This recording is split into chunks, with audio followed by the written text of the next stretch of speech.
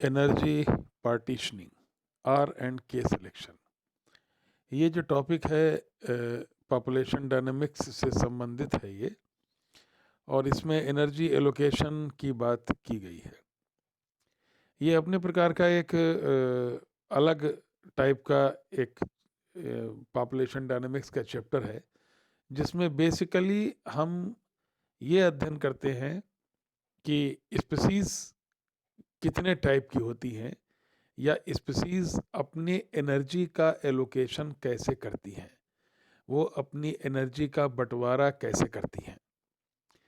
जैसे हम लोग देखते हैं कि हर किसी के अंदर काफ़ी मात्रा में एनर्जी होती है।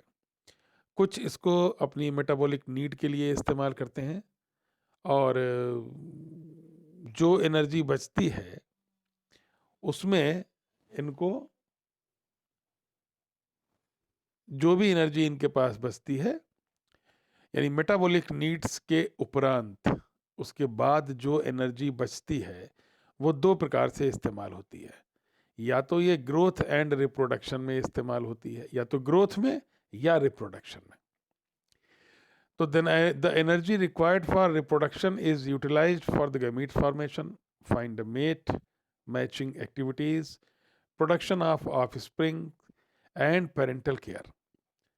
Allocation of energy to one function must then reduce the amount available for the other.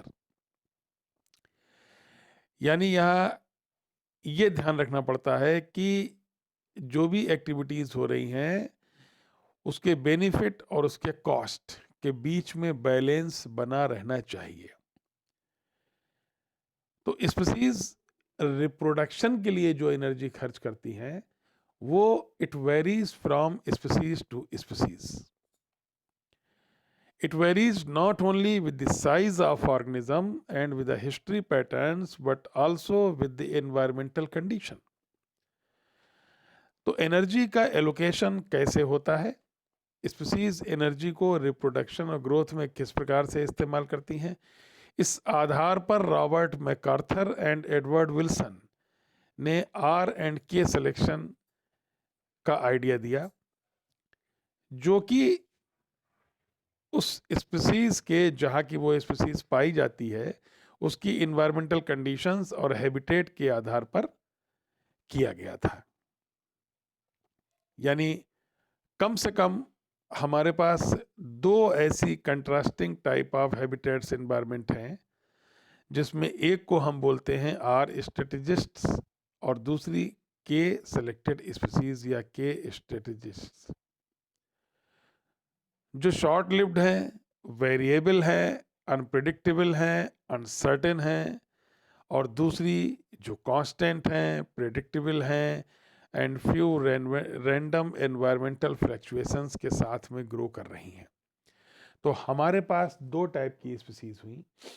एक को हमने कहा आर सेलेक्टेड स्पीसीज, दूसरी को हमने कहा के सेलेक्टेड स्पीसीज।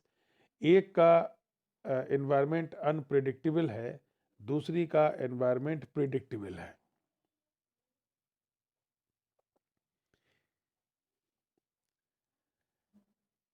यहाँ पर यह बात ध्यान रखने वाली है कि जब हम इन दोनों स्पीसीज की बात करते हैं तो इन दोनों स्पीसीज में जो सबसे इम्पोर्टेंट बात है वो ये है कि दे ये जो आर सिलेक्शन और के सिलेक्शन है, the term r and K use to characterise two contrasting strategies which relate to the parameters of the logistic model of population growth. R is the intrinsic rate of increase and K is the carrying capacity, maximum sustainable population size. Carrying capacity को आप अगर समझना चाहें तो इस प्रकार से समझ सकते हैं कि कैरी करने की क्षमता, एक एनवायरनमेंट, एक हैबिटेट कितने ऑर्गेनिजम्स को कैरी कर सकता है, इस आधार पर आर एंड के सिलेक्शन का गठन किया गया।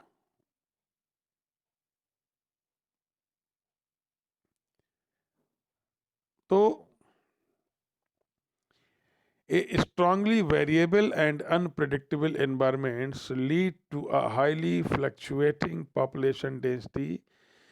These conditions select for a high intrinsic growth rate R, which is achieved by a distinction life history strategy consisting of rapid development, यानी एक ऐसी स्पीसीज होगी जिनका डेवलपमेंट रैपिड होगा, स्मॉल बॉडी साइज होगा, अर्ली रिप्रोडक्शन होगा, large number of springs होंगे, सेमल पैरिटी होगी एंड शॉर्ट लाइफ स्पान होगा, यानी एक बार रिप्रोडक्शन करके ये समाप्त हो जाएंगे।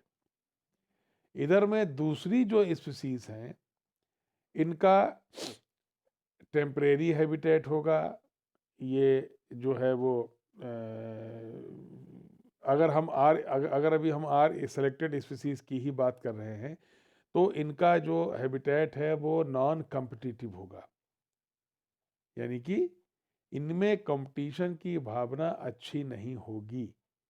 इसका मतलब ये हुआ, आप इस बात को ऐसे समझ सकते हैं कि आर सेलेक्टेड स्पीसीज वो स्पीसीज होंगी जिनमें रिप्रोडक्शन बहुत अधिक होगा और कंपटीशन कम होगा, लेकिन ये कैरिंग कैपेसिटी के आसपास भी नहीं पहुंच पाते।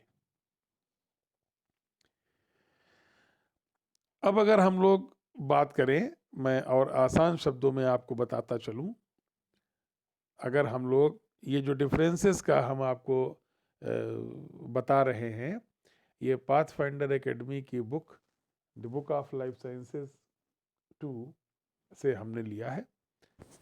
इसमें आप इससे काफ़ी सारी बातें आपको क्लियर हो जाएंगी। अगर हम आर सेलेक्टेड स्पीसीज और के सेलेक्टेड स्पीसीज में डिफरेंस देखें, यानी आर सिलेक्शन और के सिलेक्शन को स्टडी करें, तो पहले नंबर पे आता है एनवायरनमेंट। और एनवायरनमेंट को अगर हम देखें तो it is variable and unpredictable, uncertain in are selected species, जबकि के सेलेक्टेड में इट इज़ फेयरली कांस्टेंट और प्रिडिक्टेबल, मोर सर्टेन। दूसरी चीज जिसके आधार पे हम लोगों ने सर्वाइवरशिप कर्व को स्टडी किया था, ये अगर हम लोग देखें तो मोर्टेलिटी नॉन डायरेक्टेड है, डेंसिटी इंडिपेंडेंट है, जबकि के सेलेक्टेड स्पीसीज में it is more directed and density dependent. इस बात को समझने के लिए अगर आप सर्वाइवरशिप कर्व को देखें तो आर सेलेक्टेड स्पीसीज में सर्वाइवरशिप होगा टाइप 3। अगर आपको टाइप 3 याद होगा तो टाइप 3 जो है वो हाईली कॉनकेव होता है, जबकि के सेलेक्टेड में या तो हाईली कॉन्वेक्स होगा या टाइप 2 डायगोनल होगा। अगर हाईली कॉनकेव है यानी कि mortality rate high in young stage, तो type 3। Mortality rate is less during young stage, it is type 1।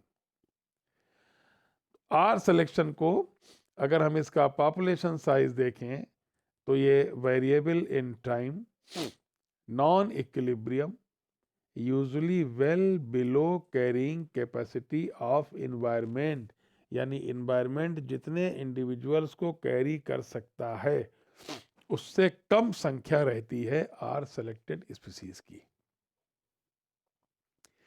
जबकि के सेलेक्टेड स्पीसीज को अगर हम देखें तो इसका population size Fairlie constant in time, equilibrium पर होगा, एट और near carrying capacity of the environment, यानी ये कैरिंग कैपेसिटी के पास पहुंच सकते हैं।